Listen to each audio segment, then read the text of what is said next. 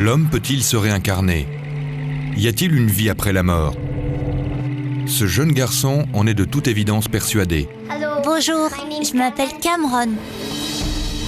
Cameron se souvient avoir grandi dans une vie antérieure sur la petite île écossaise de Barra, à plus de 400 km au large de Glasgow, où il habite actuellement. J'habitais dans une maison blanche avec ma mère, mon père et mes 3 frères et sœurs.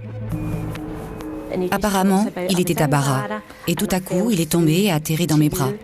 Si je lui demande « Qu'est-ce que tu entends par là ?», il me répond « J'étais à Barra et je suis tombé dans une sorte de trou. » Des enfants du monde entier prétendent se souvenir de vies antérieures. C'est un phénomène particulièrement intéressant. Avec l'aide du psychiatre Jim Ticker, Cameron et sa mère vont essayer de percer le mystère de sa soi-disant vie antérieure à Barra. Existe-t-il des explications rationnelles aux coïncidences étonnantes qui vont suivre? Ou faut-il y voir l'œuvre de forces surnaturelles?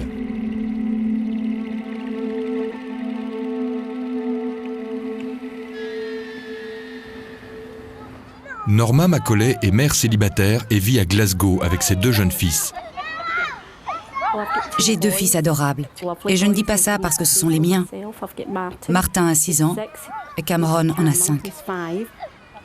Depuis que Cameron sait parler, il ne cesse de décrire sa soi-disant enfance passée à Barra, une île de l'archipel écossais des Hébrides.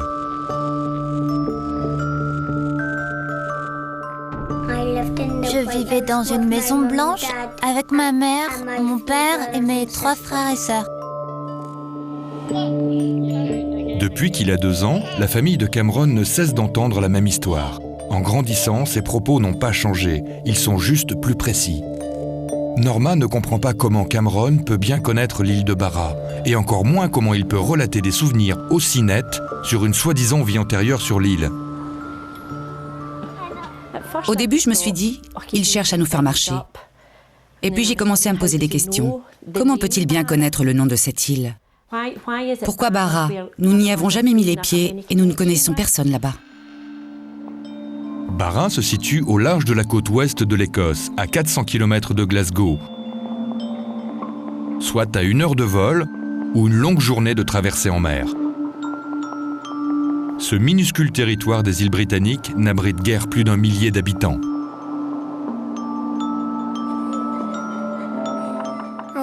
Mon endroit préféré à Barra, c'était la plage. J'emmenais mon chien et on jouait tous ensemble avec mes frères et mes sœurs. Il me disait souvent « Ma maison est à Barra ». On voyait les avions atterrir sur la plage.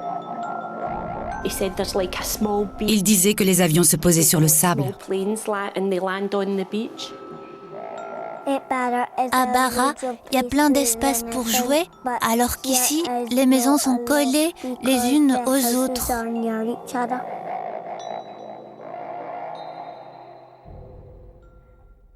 Un jour, j'ai fini par dire « On va partir tous les 3 à Barra ». Et là, Cameron m'a répondu « Je vais vous montrer ma maison et vous faire le tour de l'île. On verra ton papa de Barra ?» Non, Pourquoi non? parce qu'il est mort. Il est mort?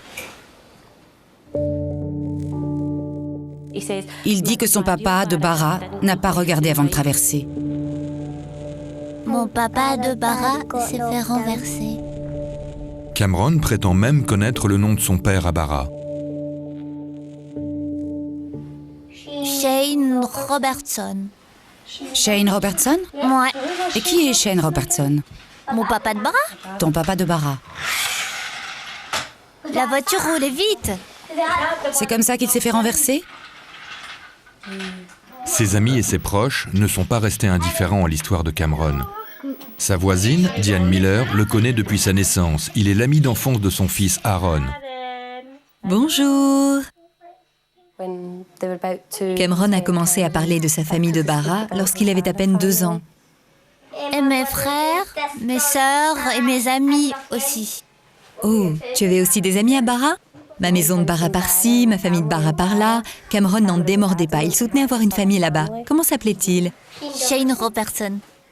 Le fait qu'il répète sans cesse, mot pour mot, la même histoire m'a fait prendre conscience qu'il ne plaisantait pas.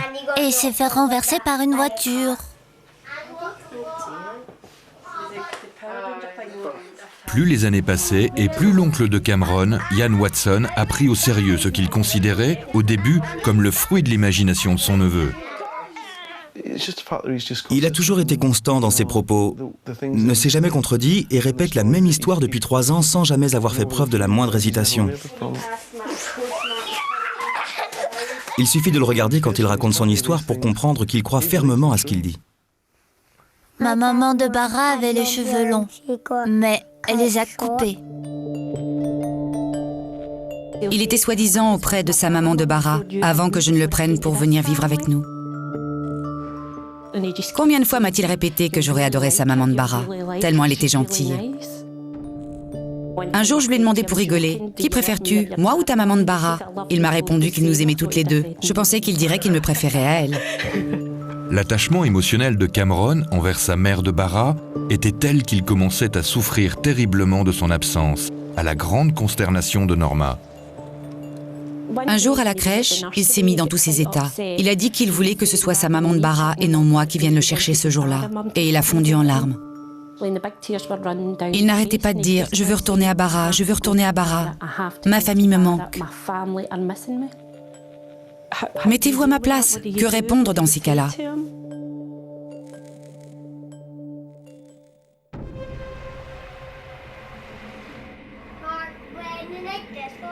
Depuis le jour où il a appris à parler, Cameron n'a cessé de décrire sa vie antérieure, son enfance passée sur la lointaine île écossaise de Bara, dans les Hébrides. Cameron veut désespérément retourner à Bara, mais Norma, sa mère, souhaite comprendre s'il existe une explication rationnelle à ces bien étranges souvenirs.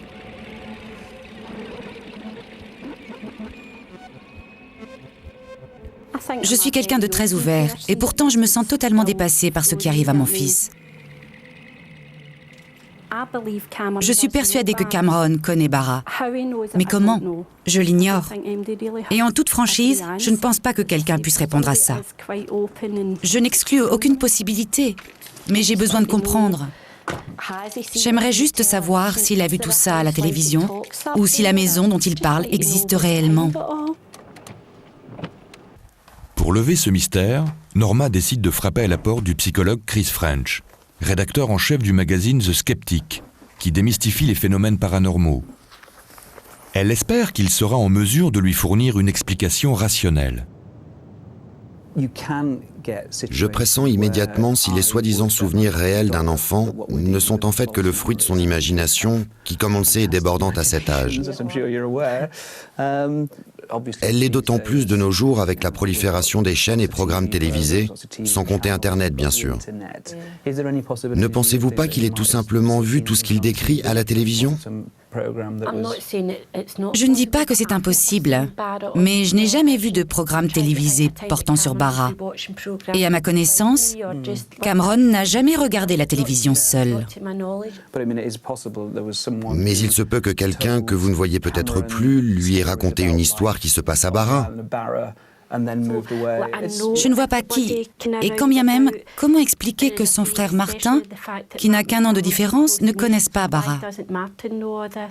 Encore une fois, il est probable que... Ce que j'essaie de vous dire, c'est ce que je pense. Croyez-moi, je ne remets pas en doute vos propos. Moi non plus, mais croyez-moi, je sais avec certitude que personne ne lui a jamais parlé de Bara. Tous mes proches sont formels. Ils ne connaissent personne qui y soit déjà allé. D'accord, mais il ne s'agit pas forcément de quelqu'un de votre entourage. Écoutez-moi, 2 cas de figure sont possibles. Soit votre fils a entendu parler de Bara, soit, et les probabilités sont minimes, nous sommes confrontés à un phénomène bien plus complexe et intéressant. Norma ressort de cet entretien avec plus d'interrogations que d'éléments de réponse.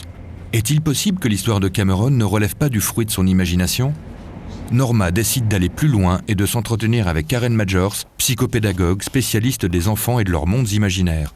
Enchantée. Enchantée. Je suis la maman de Cameron. Le cas de Cameron est fort intéressant.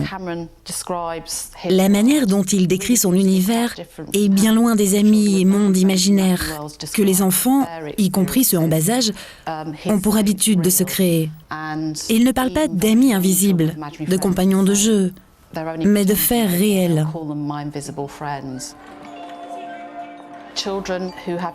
Les enfants qui se créent leur univers, leur bulle si vous voulez, en sont les maîtres. Ce sont eux qui tirent les ficelles, qui décident de ce qui se passe. C'est là une caractéristique propre à ce phénomène. Or, il semble que Cameron ne rentre pas dans ce moule.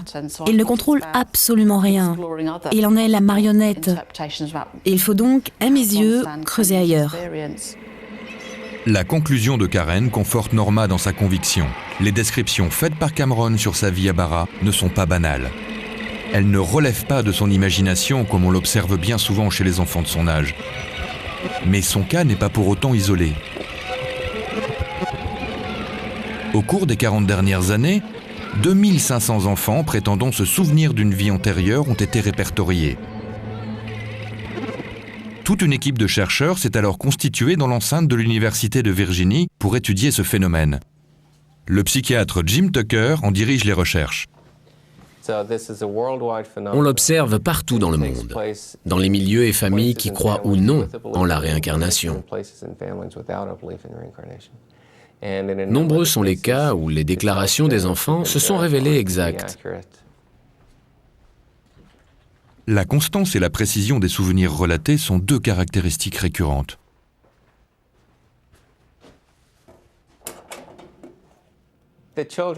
Les enfants commencent généralement à parler de leur vie antérieure à un très jeune âge, vers 2-3 ans. Certains restent purement factuels, alors que d'autres montrent de l'empathie et éprouvent de la nostalgie envers leur ancienne famille. Jim enregistre les témoignages des enfants pour ensuite rechercher un lien possible avec une personne ayant vécu par le passé. Bon nombre de cas recensés semblent défier les lois du rationnel. Comme en témoigne l'histoire d'un petit garçon du Midwest aux États-Unis que le docteur Tucker a personnellement étudié. C'est le cas particulièrement intéressant d'un enfant prétendant être la réincarnation de son grand-père. Selon lui, Dieu nous donne une carte pour revenir sur Terre. C'est cette carte qu'il a voulu représenter ici sur son dessin. Gus Taylor est le petit garçon qui a dessiné cette fameuse carte. Il affirme depuis son plus jeune âge être la réincarnation de son grand-père. Gus a aujourd'hui 10 ans. Un jour, alors que je changeais la couche de mon fils sur sa table allongée, il devait avoir 1 an et demi. Il m'a regardé et m'a dit « Tu sais, quand j'avais ton âge, je changeais souvent ta couche. » J'étais sidéré. C'est son grand-père qui lui a donné le nom de Gus. Gus, c'est son diminutif. Son grand-père est mort 1 an avant sa naissance. Il ne l'a donc jamais connu. Mais il prétend en être la réincarnation. Chaque fois que l'on parlait de grand-père Augie, il disait « Vous parlez de moi ?» Il était si catégorique qu'on avait l'impression que ça coulait de source. Je suis où? Là. Là. Tu me vois ailleurs sur les photos? Gus avait 4 ans lorsque Ron lui a donné un vieil album de famille. À la surprise de ses parents, Gus a été capable de reconnaître son grand-père sur une vieille photo de classe et d'identifier la première voiture qu'il s'était offerte. Il m'a montré une photo et je lui ai dit que c'était ma première voiture. Mon père a répondu « Alors ça, c'est étrange. C'est en effet sa première voiture. » C'est plutôt effrayant. Le sentiment de contrariété de Cathy et Ron face à la capacité de Gus à identifier son grand-père sur les photos va très vite laisser place à la consternation. Gus et moi étions en train de papoter lorsqu'il a commencé à parler de grand-père Augie, ce qui n'était pas inhabituel en soi. Je lui ai alors demandé « Lorsque tu étais grand-père Augie, tu avais des frères et sœurs ?» Il m'a répondu qu'il avait une sœur, mais qu'elle était morte. Sa réponse m'a interpellée parce qu'il n'y a pas eu de décès dans la famille. Je l'ai regardé et il m'a dit « On l'a retrouvée morte noyée. De méchants garçons l'ont tuée. » Je suis resté sans voix. J'étais abasourdi. Je me demandais comment il pouvait savoir une chose pareille. On aurait apparemment retrouvé le corps de sa tante assassinée dans la baie de San Francisco. Je ne comprenais pas comment il pouvait connaître les circonstances de sa mort. D'autant plus que ce sujet était resté tabou dans la famille. Entendre mon fils parler de la mort de sa tante alors qu'il n'avait jamais connu son grand-père, ni même sa tante d'ailleurs, m'a fait prendre conscience qu'il y avait quelque chose de pas clair dans toute cette histoire. La réincarnation fait très peu d'adeptes en Occident.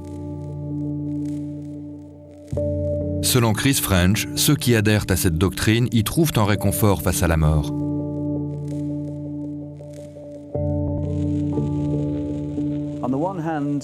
D'un côté, la science soutient qu'il n'y a rien après la mort.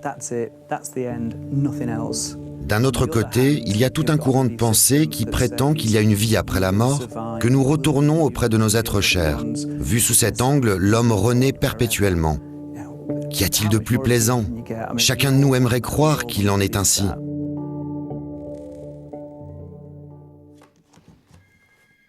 Pour Cathy Taylor, l'idée que son fils Gus soit la réincarnation de son grand-père va à l'encontre de son éducation religieuse. Je suis issue d'une famille baptiste. Mon père était pasteur dans une église du sud des États-Unis. Vous vous doutez bien que la réincarnation n'a jamais eu sa place dans la famille. Je n'y ai donc pas songé un seul instant. Jusqu'au jour où il m'a regardé et m'a dit « Maman, tu sais, une fois que l'on meurt, on renaît. » Et il m'a de nouveau regardé en me disant « Me voilà de nouveau enfant. » Et il semblait ravi.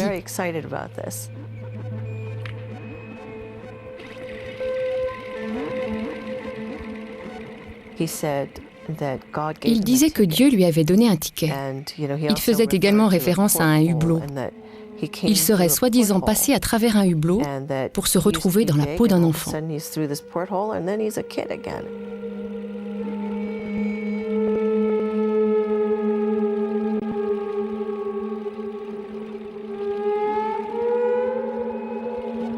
Le témoignage de Gus ressemble étrangement à celui du jeune garçon écossais, Cameron.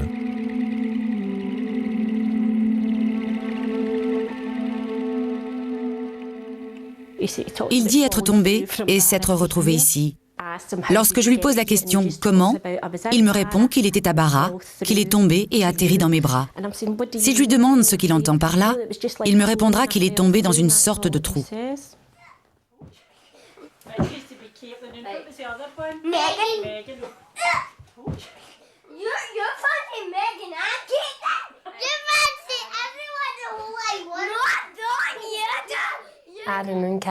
Un jour, alors qu'Adam et Cameron étaient en train de jouer, j'ai entendu Adam dire que ce n'était pas si grave de mourir, parce que Cameron lui avait dit qu'après la mort, on renaît dans le corps de quelqu'un d'autre.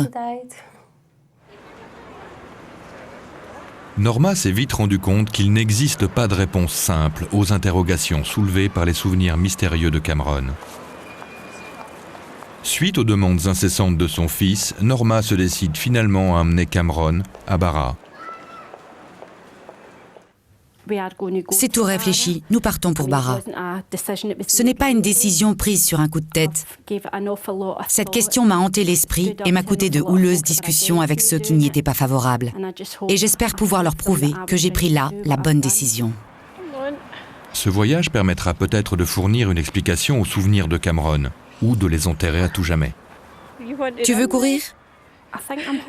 J'espère qu'une fois à Barra, Cameron verra de ses propres yeux que Barra n'a rien à voir avec ce qu'il s'était imaginé et tournera la page une fois pour toutes. Il est grand temps de faire quelque chose, car toute cette histoire va trop loin.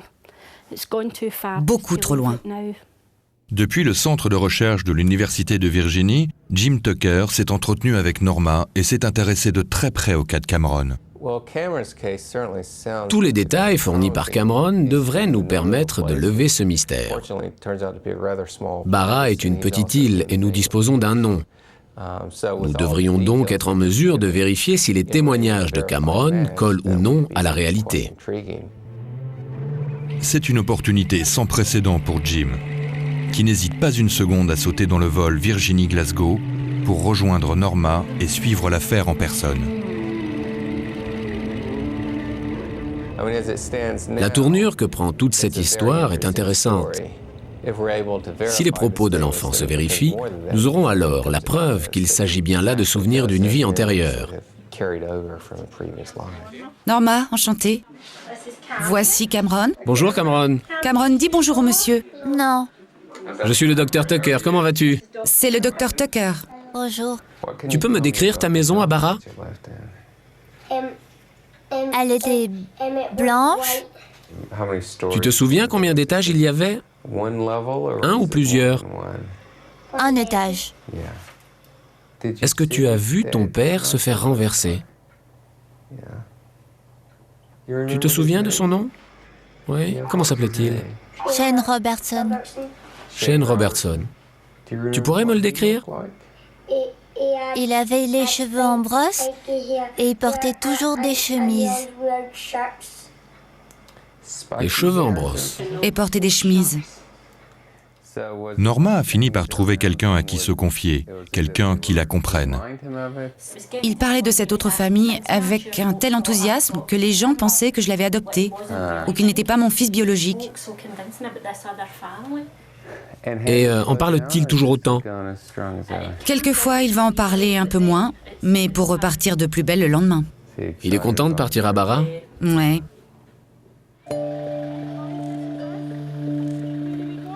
Après avoir entendu Cameron parler de sa soi-disant vie antérieure sur cette île lointaine pendant 3 longues années, Norma et Martine l'emmènent pour un voyage vers une autre vie. Comment va-t-il réagir? Cette confrontation va-t-elle le bouleverser? Que faire si tout ce qu'il a décrit est réel? Cameron va finalement se rendre à l'endroit qu'il appelle « ma maison ». Je veux garder mon sac. Le psychiatre Jim Tucker, expert dans ce type de phénomène, va les accompagner.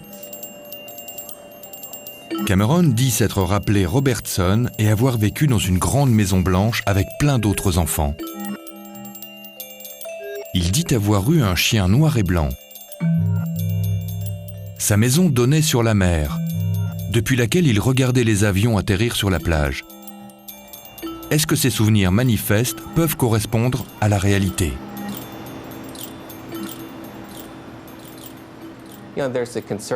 On pourrait craindre que ce voyage soit traumatisant pour Cameron si les souvenirs qu'il décrit se confirment. Or, c'est bien souvent le contraire qui se produit. C'est en effet en retournant sur les lieux que l'enfant parvient à se libérer.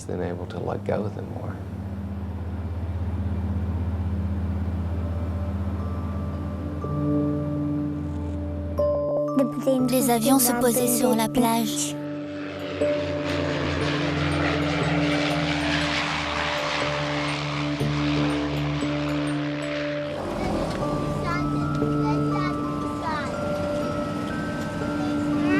Je t'avais bien dit que c'était vrai.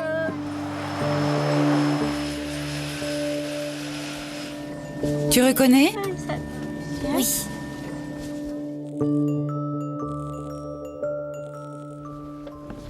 Ça va, mon chéri? Oui? Tu es un grand garçon.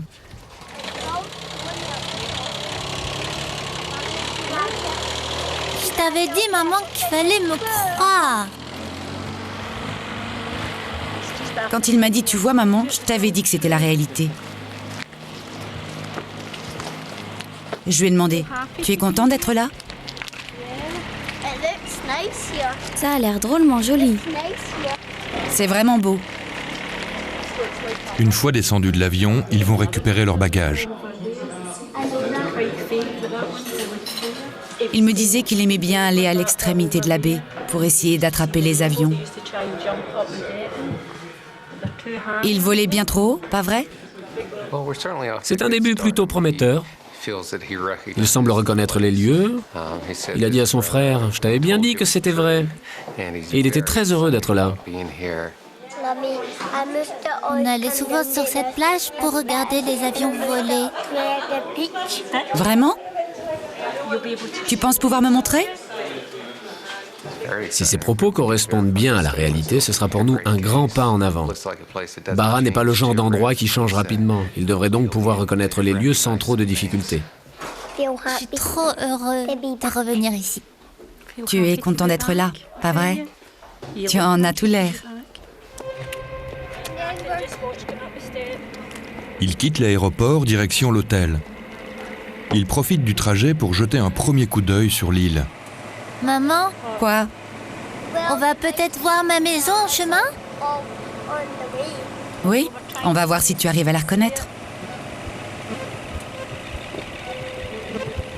Tu sais quoi? Je connais la personne qui habite là, mais... Tu connais la personne qui habitait là? mais je me souviens plus. Oh maman, ça doit être dur d'aller là-bas. Tu penses? Ouais, parce qu'il faudrait revenir à la nage. Maman, je reconnais chaque détail.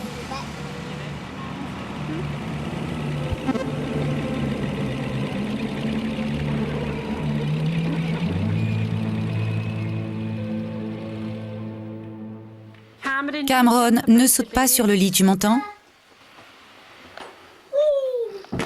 Tu te rends compte qu'on est ici à Barra? Ouais, rien n'a changé. Je reconnais la plage. Tu la reconnais? Cette île m'a l'air magnifique, non? Oui. Dis-moi ce que tu aimerais faire demain quand Aller à la plage. Descendre jusqu'à la plage? Ouais, comme ça je pourrais te montrer ce que je faisais. Me montrer ce que tu y faisais? Mes chaussettes, elles sont où mes chaussettes? Dès le lendemain matin, Norma et Jim mènent leur petite enquête. Première étape, le centre du patrimoine local, à la recherche de la moindre trace sur la famille Robertson et l'homme que Cameron appelle son papa de Barra. Mon papa de Barra s'appelait Shane Robertson et il s'est fait renverser. Bonjour. Bonjour, je me présente Norma, enchantée. Callum McNeil est historien local. Callum McNeil. Heureux de faire votre connaissance. Enchanté. Le nom de Shane Robertson ne me dit rien. Des Robertson, il y en a eu, mais des Shane, non, aucun. De toute l'histoire de l'île, on ne peut pas dire que le nom de Robertson ait été répandu. Aucune preuve ne vient donc attester qu'il y ait bien eu une famille du nom de Robertson qui aurait vécu dans une maison sur la côte. Est-ce que Cameron peut s'être trompé sur le nom, mais dire vrai sur la maison? Quand je regardais par la fenêtre, je voyais les avions qui se posaient sur le sable. Quand mes frères et sœurs allaient à la plage, je pouvais les voir courir depuis la fenêtre. Dans notre maison, il y avait un téléphone comme celui-là. Le témoignage de Cameron apporte des éléments clés sur l'endroit et la période à laquelle il prétend avoir vécu sur l'île. De quelle époque peut-il bien s'agir, sachant qu'il a parlé d'avion et de téléphone? Très probablement après la guerre. Après, Oui, après la guerre. il parle d'avions qu'il voyait atterrir depuis chez lui. On peut donc supposer qu'il vivait à l'extrême nord de l'île. J'en dirais autant, oui. Les allées et venues d'avions volant à haute altitude indiquent en effet qu'il vivait à l'extrême nord de l'île. Cet indice va les conduire sur la route menant à l'extrême nord de l'île.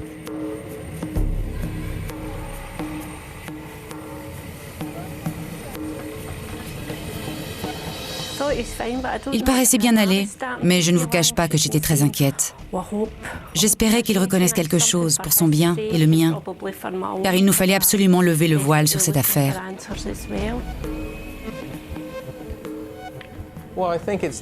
Il n'y a rien de plus décevant pour un enfant que de ne rien reconnaître une fois sur les lieux de sa vie antérieure. C'est bien souvent ce qui se passe lorsqu'on les y emmène trop tard. Il semblerait que leurs souvenirs commencent à s'estomper à l'âge de 6-7 ans lorsqu'ils entrent en primaire. Ils ont déjà passé en revue la quasi-totalité des maisons de l'île, la plupart blanches, en bordure de mer, mais toujours aucune trace de la maison de Cameron. Si seulement je pouvais savoir ce qui se passe dans sa tête, me mettre à sa place, ne serait-ce que 5 minutes, pour savoir ce qu'il ressent. Ma maman de Bara avait les cheveux longs, mais elle les a coupés.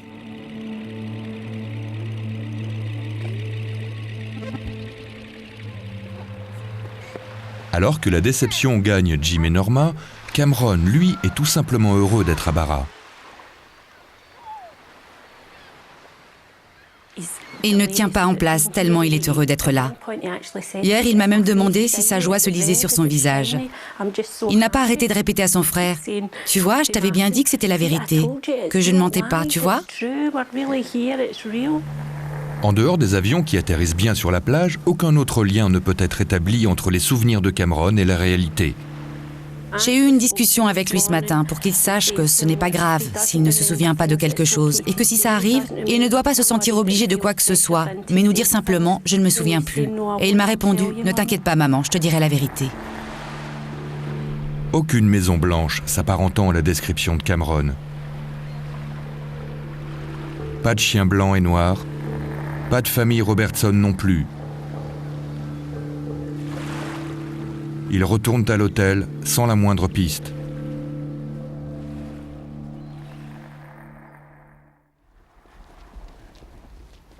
Le lendemain matin, ils reçoivent un appel de Callum McNeil, du Centre du patrimoine de Bara. Il veut leur parler de toute urgence. Il a de nouveaux éléments en sa possession. J'ai reçu un appel aujourd'hui m'informant qu'il y a une maison à l'extrême nord de l'île où une famille du nom de Robertson a vécu. C'est une maison en bordure de mer, elle est blanche. Elle donne directement sur la plage. Seuls les propriétaires originaires de l'île sont répertoriés dans les archives de Callum. Or, les Robertson venaient d'Écosse. Ça remonte à quelle année? Aux années 60-70. Maintenant qu'on a la certitude qu'il s'agit de la bonne maison, peut-on aller la voir? Oui, bien entendu. Pour s'y rendre, ils empruntent des chemins qu'ils n'avaient encore jamais pris. Cameron ignore où ses parents l'emmènent. Ils ne veulent ni influencer sa réaction, ni le décevoir. Ils suivent une petite route côtière les menant tout droit à la maison.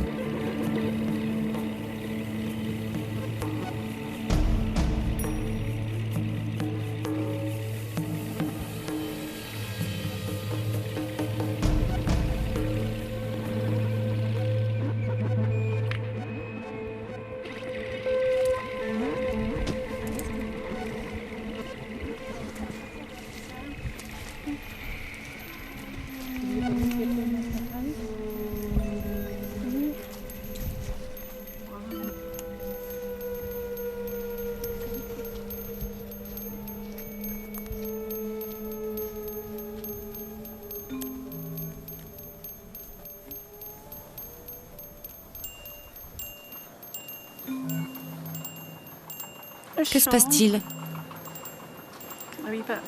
Ça ne va pas? C'est ta maison, c'est ça? Il ne faut pas que ça te rende triste. C'est ta maison, pas vrai? Ne t'inquiète pas. Qu'est-ce qui se passe? Je pense qu'il est sous le choc. Ça va aller. Ça te rend nostalgique, c'est ça? Cameron, de nature si bavard, ne dit plus un mot.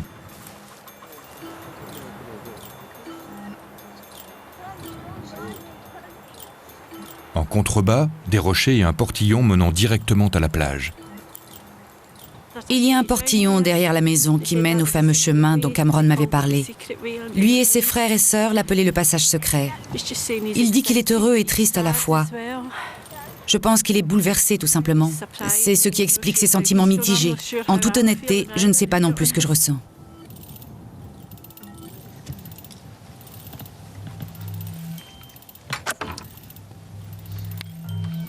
On peut entrer ?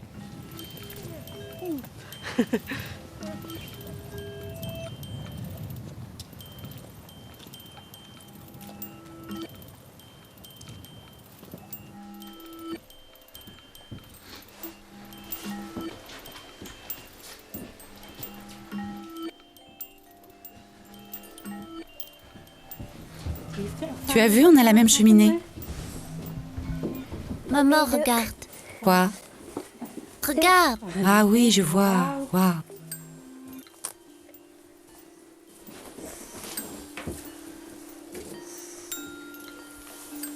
Ça va ? Bien que les meubles et l'intérieur soient récents, quelques éléments de la maison, notamment la cheminée, sont restés en l'état depuis des décennies.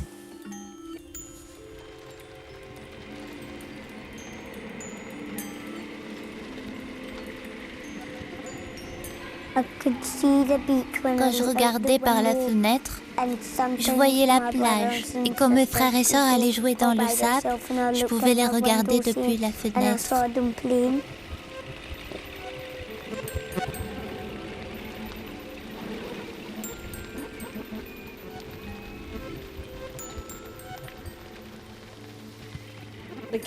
C'était la chambre des filles ? Oui, Et la chambre des garçons était dans l'autre pièce. oui.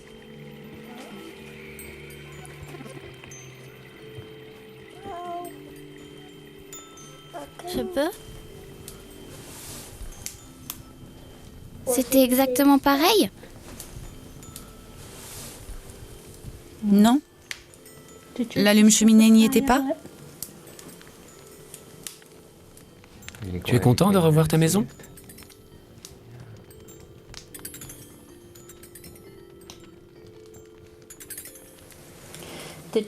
Tu pensais revoir ta maman de Bara ? Non ?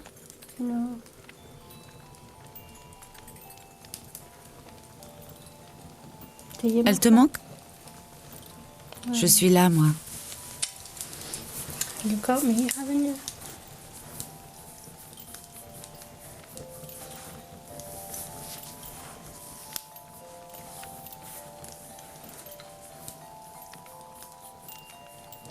Tu te sens prêt à retourner à la maison maintenant ? Tu veux reprendre l'avion et rentrer à la maison ?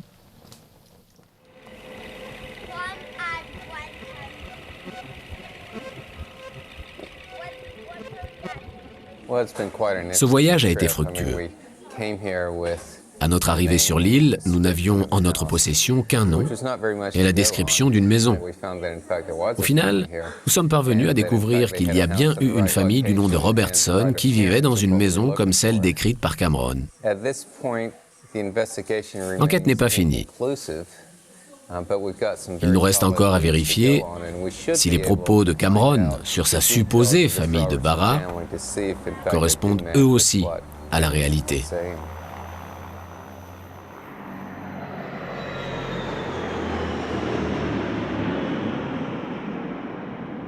De retour à Glasgow, Norma fixe un rendez-vous avec la généalogiste Ruth Boreham, qu'elle avait préalablement contactée pour retracer l'histoire de la famille Robertson. Elle a découvert que les Robertson étaient originaires de Glasgow et avaient possédé la fameuse maison de Bara pendant plus de 20 ans. Elle a retrouvé les traces d'une certaine Gilly Robertson qui vit encore aujourd'hui en Écosse. J'ai trouvé le numéro de téléphone et l'adresse de Julian et de son mari. Gilly Robertson aurait apparemment passé ses vacances d'été dans la maison de Bara, à l'époque où Cameron prétend y avoir vécu. Vous pouvez le garder et... Vous pensez que je peux la contacter ? Son adresse et son numéro de téléphone sont dans l'annuaire, donc à la portée de tous. Vous pouvez donc en effet envisager d'entrer en contact avec elle. L'âge correspond. Elle a 2 fils, 2 frères et une sœur. C'est incroyable. Norma a désormais entre les mains les coordonnées d'un membre de la famille des Robertson. Leurs questions ne vont pas rester sans réponse.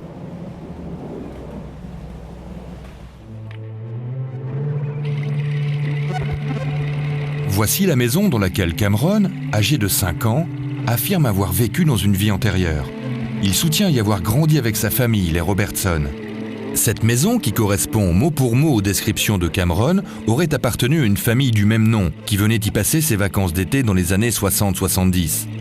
La maman de Cameron, Norma, est partie à la recherche de Gilly Robertson et a convenu d'un rendez-vous avec elle. Mais de retour à Glasgow, la réaction de Cameron, en apprenant la nouvelle, fait l'effet d'une bombe. La nuit dernière, Cameron a littéralement explosé. On était en train de rigoler, tout allait bien, et en l'espace d'une seconde, il a fondu en larmes. Il était terrifié. Il s'en est même pris à son frère. « Cameron, Cameron !» Il est passé des rires aux larmes en un clin d'œil. Je sentais bien qu'il était bouleversé. Il me suppliait de ne pas y aller. Et puis ce matin, il s'est réveillé et est venu me voir pour que je lui parle de Gilly Robertson. Ça m'a fait bizarre d'entendre mon fils me poser la question. Est-ce que Gilly peut être ma sœur, vu qu'elle a vécu en même temps que moi dans cette maison ? Il est finalement d'accord pour la rencontrer. Bonjour. Bonjour, Norma, enchantée. Gilly, enchantée. Voici Cameron et Martin, le grand frère de Cameron. Je pense que Cameron était effrayé à l'idée de rencontrer celle qui pourrait bien être sa sœur. Il avait peur d'être obligé de retourner auprès de sa famille de Barra. Voici la maison et en contrebas la magnifique plage. C'était comme ça quand tu étais à Barra ? Et tu as trouvé la maison changée quand tu y es retourné ? Il l'a trouvée changée. Oui, moi aussi je trouve que la maison a beaucoup changé. Le nouveau propriétaire l'a rénovée dans un style plus moderne. Je jouais sur la plage, j'emmenais mon chien et je m'amusais à lui lancer un bâton. Lorsque vous alliez à Barra, avez-vous le souvenir d'avoir eu un chien ? Ah, vous devez parler du chien de Callum et Peggy qui habitaient dans cette maison. Ils avaient un chien de troupeau. Le chien noir et blanc dont parle Gilly correspond à la description qu'en avait fait Cameron. Qu'en est-il de Shane Robertson, le supposé père de Cameron ? Il n'y a aucun Shane dans la famille. J'avais un oncle qui s'appelait James, un autre Seamus. Tous ces noms sont de même consonance, alors peut-être qu'il y a eu confusion. J'ai aussi un cousin qui s'appelle James, mais Shane, non, je ne vois pas. C'est ce fameux accident de voiture. C'est justement ce qu'on aimerait savoir. Il n'a pas donné plus de détails sur ce point. À ma connaissance, personne dans la famille n'est décédé dans un accident de voiture. Je me demandais alors s'il y avait eu dans votre famille un enfant qui serait décédé ou... Non, aucun enfant de la famille proche n'est mort. Il s'avère donc que certains souvenirs de Cameron sont authentiques, comme par exemple le nom de famille, les descriptions de la maison, de l'île et du chien. Cependant, d'autres éléments tels que le nom et la mort de son père ne correspondent pas à la réalité.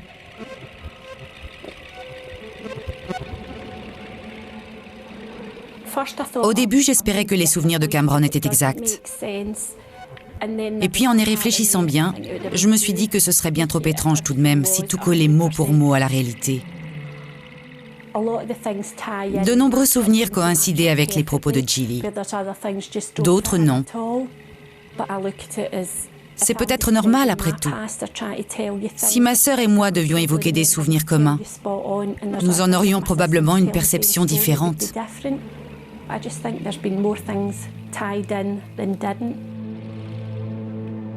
Si les souvenirs de Cameron sont bien ceux d'une vie antérieure, alors nous devons nous interroger sur la raison pour laquelle certains éléments sont exacts et d'autres non. S'agit-il de simples et étonnantes coïncidences ou faut-il y voir quelque chose d'autre ? Nous sommes peut-être confrontés à des souvenirs entremêlés de vies successives. Nous sommes malheureusement dans l'incapacité d'y répondre. Je ne pensais pas que cette confrontation à la réalité pouvait m'affecter à ce point. Au moment d'entrer dans la maison, j'ai eu un nœud à l'estomac. J'appréhendais la réaction de Cameron. Et j'avais du mal à accepter la possibilité que mon fils ait eu une autre maman.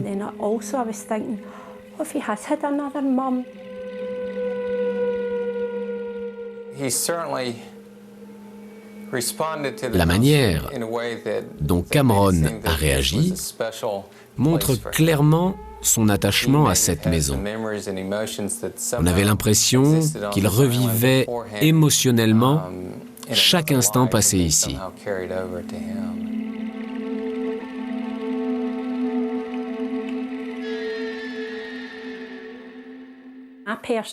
Toute cette histoire est plus compliquée qu'elle n'en a l'air. Chacun est libre de se faire son propre jugement, mais à mes yeux, il ne fait aucun doute que mon fils a dit vrai. Il reste des zones d'ombre qui, à mon avis, ne pourront jamais être élucidées. Il n'existe donc pas de réponse claire. Mais une chose est sûre, les souvenirs persistants d'une vie antérieure passée sur une île lointaine ne hantent plus l'esprit de Cameron. Depuis que Cameron est allé à Barra et que nous avons vu de nos propres yeux que ce qu'il disait était vrai, ses souvenirs ne viennent plus le hanter. C'est en quelque sorte comme s'il n'avait plus rien à prouver. J'ai l'impression qu'il est en paix avec lui-même. C'est incroyable comme les choses ont changé.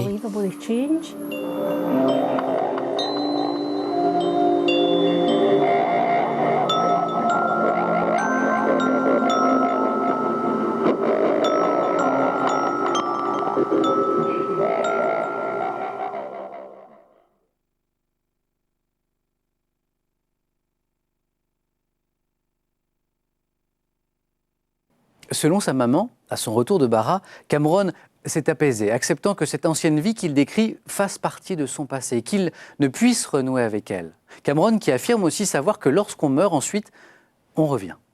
Dans un registre moins surprenant, moins troublant, les amis invisibles. D'après une étude américaine, près des 2/3 des enfants ont ou ont eu un ami imaginaire, un compagnon imaginaire qui apparaît vers l'âge de 3 à 5 ans et qui accompagne l'enfant jusqu'au début de sa scolarité, parfois au-delà. Et puis, il y a le sentiment de déjà-vu. À un degré moindre que Cameron, vous en avez sans doute déjà fait l'expérience, cette sensation d'avoir déjà vécu un événement ou une situation présente, d'avoir déjà connu cette personne que pourtant vous rencontrez pour la première fois ou d'avoir déjà entendu à l'identique cette phrase que l'on vient de prononcer devant vous. Est-ce que c'est grave ? Non, les psychiatres ne considèrent pas cet événement comme une maladie mentale, mais comme ce qu'ils appellent un phénomène du quotidien. Et les neurologues avancent quelques explications, soit une sorte d'épilepsie frappant les lobes temporaux, soit un déphasage temporel entre l'arrivée d'une information visuelle, auditive, en 2 points du cerveau. On se retrouve après une courte pause pour la suite de ce Planète Société. Et ne vous inquiétez pas si tout à l'heure vous avez l'impression de m'avoir déjà vu, c'est normal.